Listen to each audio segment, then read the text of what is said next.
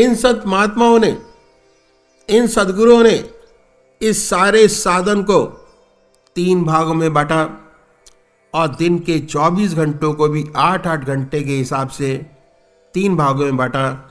साधन का पहला स्टेप पूरा कर लेने से 8 घंटे आपके अपने हो जाएंगे। साधन का दूसरा स्टेप पूरा कर लेने से 16 घंटे आपके अपने हो जाएंगे। साधन का तीसरा स्टेप पूरा कर लेने से निरंतर परमात्मा की याद बनी रहेगी, निष्काम कर्मता आपको प्राप्त हो जाएगी। अभी मैं साधन की पहली सीढ़ी आपके सामने रखता हूं, जिसमें 8 घंटे आपके अपने हो जाएंगे। पहली बात संतों ने बताई कि परमात्मा ने बड़ी विशेष दया कृपा कर हमको मनुष्य योनि प्रदान की है। ये उसकी सबसे बड़ी देन है जो हमें प्राप्त है। मनुष्य योनि एक ऐसी योनि है जिसमें परमात्मा ने विवेक बुद्धि दी है, कर्म करने का अधिकार दिया है और स्वाधीनता दी है। बाकी 84 लाख योनियां भोग योनियां हैं। बड़ी दया कृपा करके हमें ईश्वर ने मौका दिया और हमें इस अवसर का पूरा पूरा लाभ उठाना चाहिए।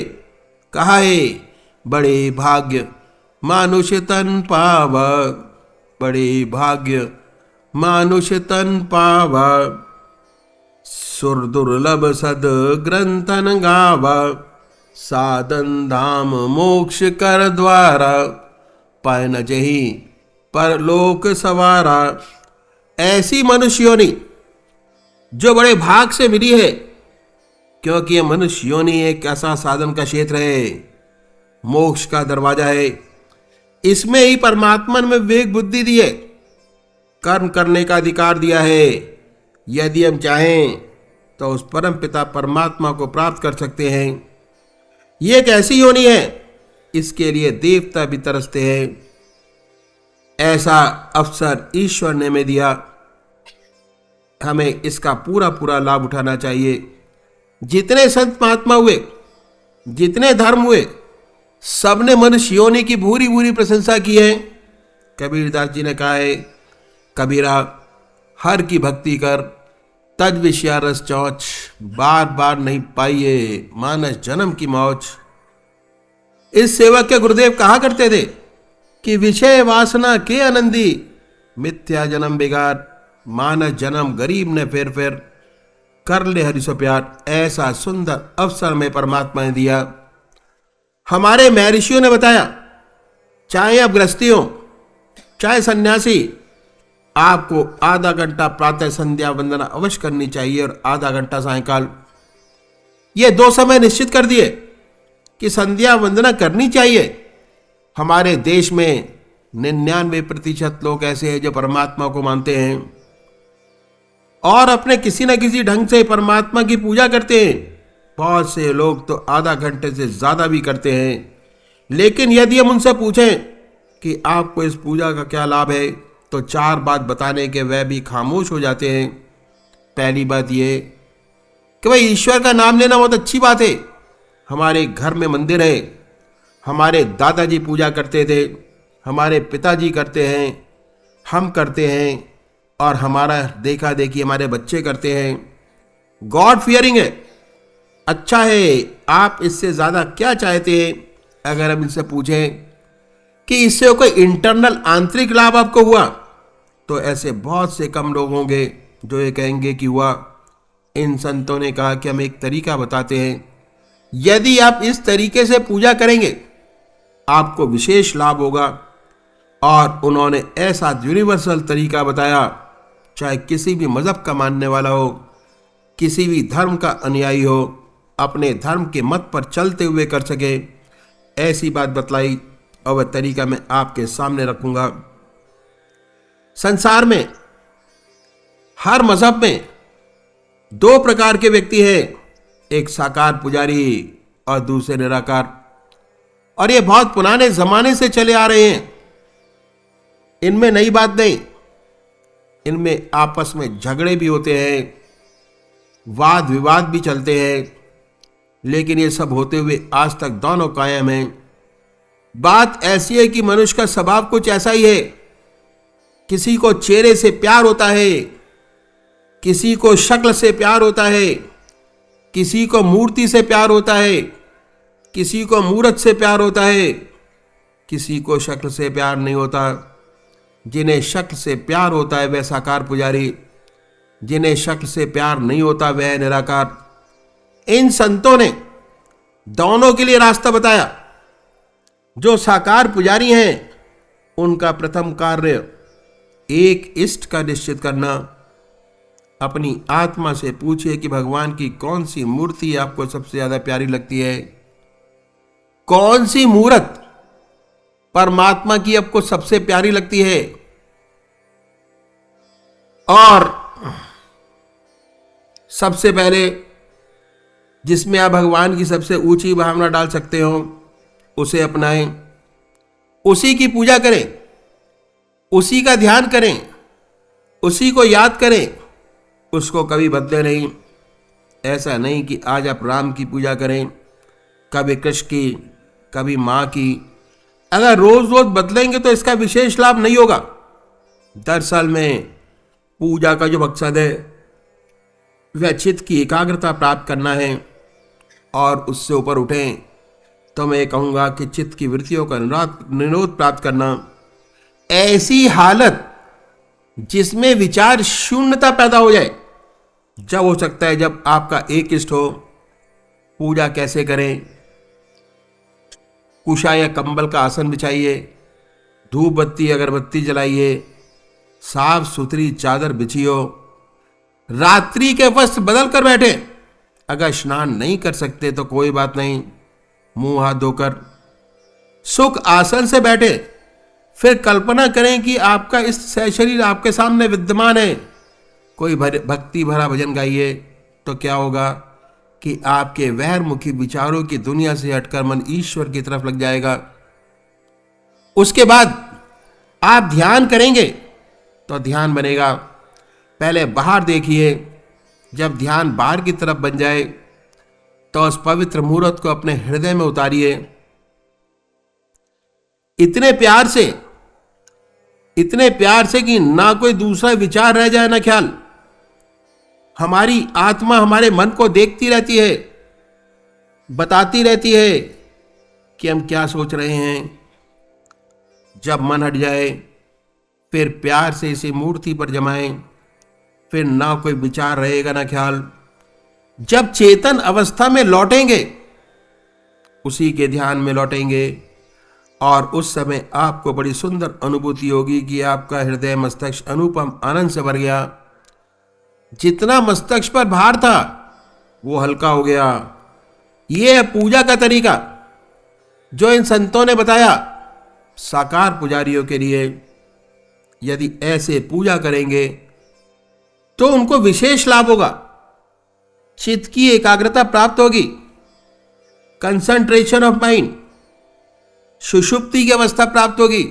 जैसे ही इस स्टेज से ऊपर उठेंगे फौरन सुषुप्ति की अवस्था प्राप्त होगी और धीरे धीरे सुषुप्ति से सहज समाधि में प्रवेश करेंगे। दूसरे भाई हैं जो निराकार भगवान के उपासक हैं, जो परमात्मा की मूर्ति को नहीं मानते, वे भगवान के नाम को पकड़ें और उस नाम को चुनें जो उनकी आत्मा को सबसे प्यारा लगता है। कोई ना कोई नाम से तो याद करते ही होंगे। हिंदू भाई ओम नाम, मुस्लिम भाई अल्लाह, सिख भाई वागुरु, क्रिश्चियन भाई क्राइस्ट या गॉड। जो आपकी आत्मा को सबसे प्यारा लगे चुन सकते हैं। जो नाम आपकी आत्मा को प्यारा लगे उसे पकड़े।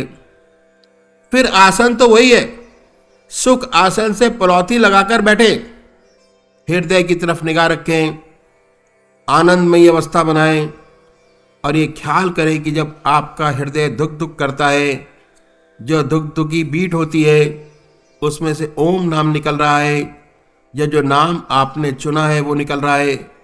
हृदय ओम ओम कह रहा है, हम नहीं कह रहे, जवान नहीं कह रहे। Not by tongue but by thought.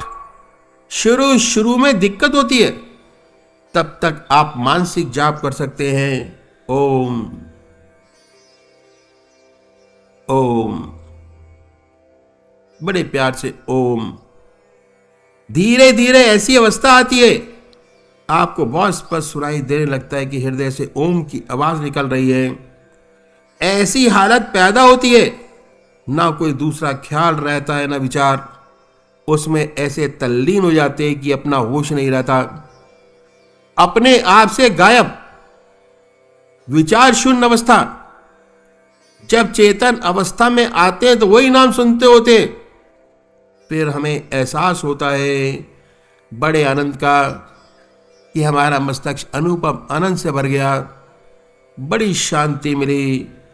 इन संतों ने पूजा का तरीका बताया, यदि हम ऐसे पूजा करेंगे हमको विशेष लाभ होगा, चित्त की एकाग्रता प्राप्त होगी, कंसंट्रेशन ऑफ माइंड।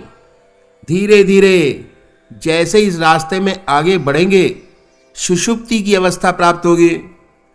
जैसे ही मन खाली हुआ सुषुप्ति की अवस्था प्राप्त होगी और सुषुप्ति के बाद सहज समाधि में प्रवेश करेंगे।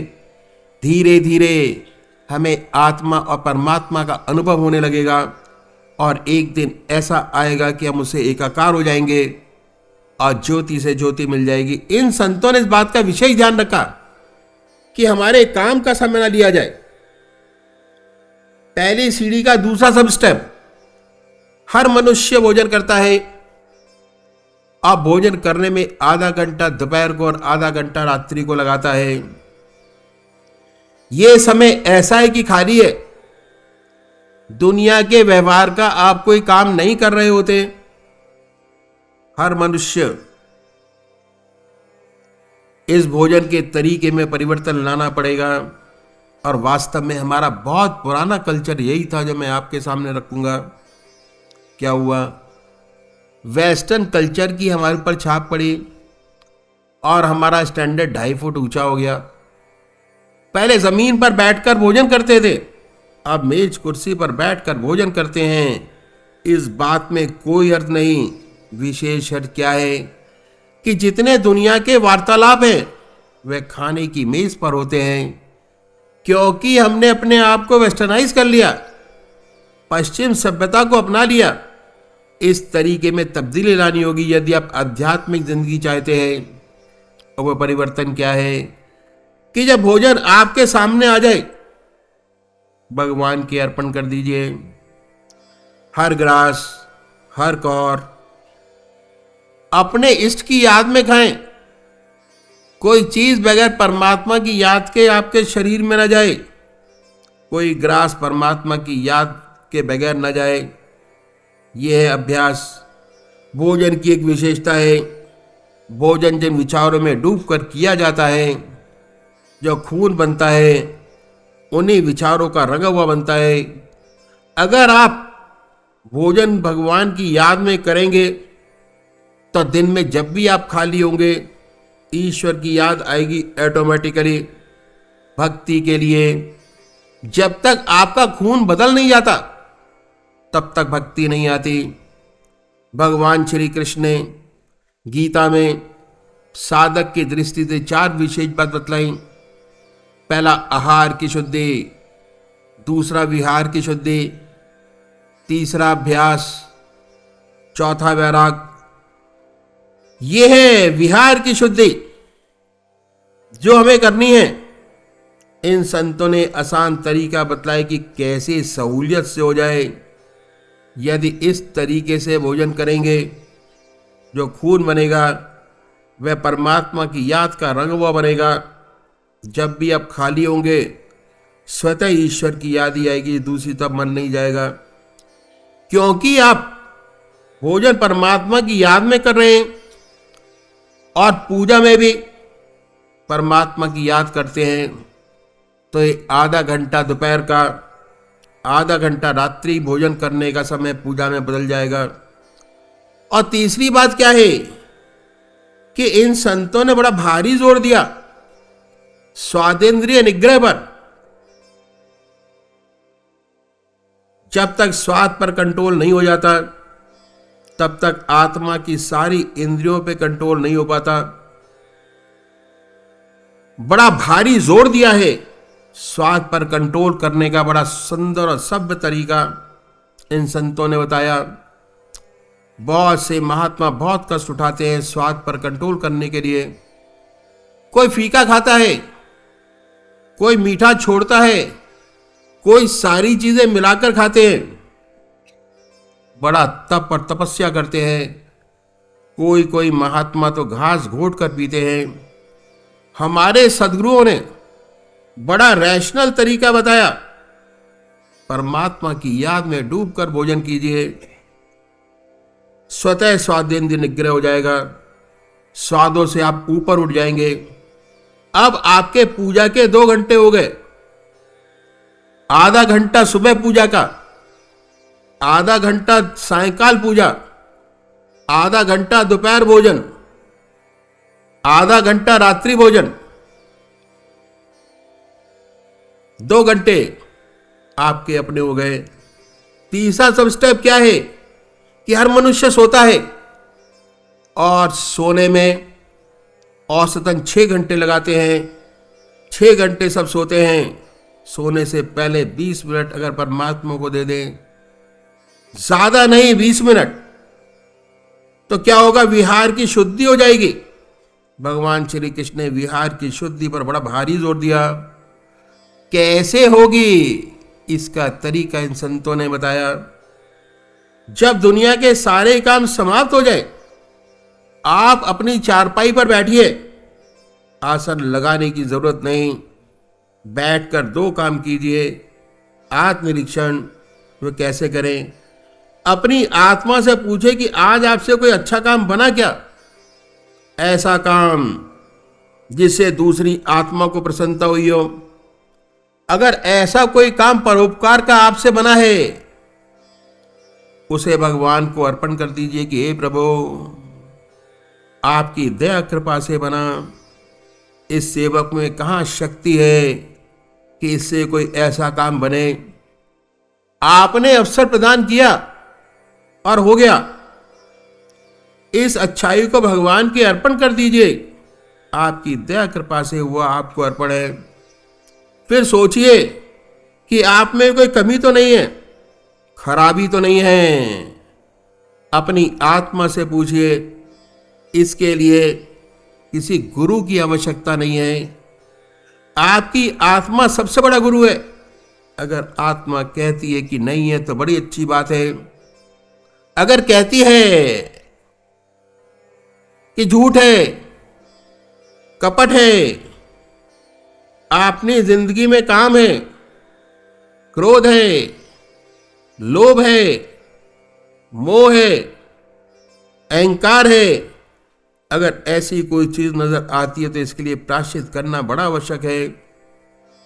और अब भगवान के सामने प्रायश्चित करें कि परमात्मा हमें इन कमियों से मुक्ति करे। प्रार्थना बहुत बड़ी चीज है। अगर परमात्मा के सामने आप प्रार्थना करते हैं तो भगवान हमारी आत्माओं को बहुत ऊंचा उठाता चला जाता है। अब परमात्मा से प्रार्थना करने का सबसे अच्छा तरीका यह है, हम अपनी आत्मा से पूछें कि हमसे ये जो काम हो जाते हैं बड़ी गड़बड़ है, उनमें से छोटी सी बात को पकड़े, बड़ी को ना पकड़े। जो आदतवश हो जाते हैं, जैसे गप्प लड़ाने की आदत पड़ गई है, उसमें झूठ बोल जाते हैं। झूठ तो झूठ है, बिना मतलब झूठ क्यों बोले। अगर आपकी आत्मा कुढ़ती है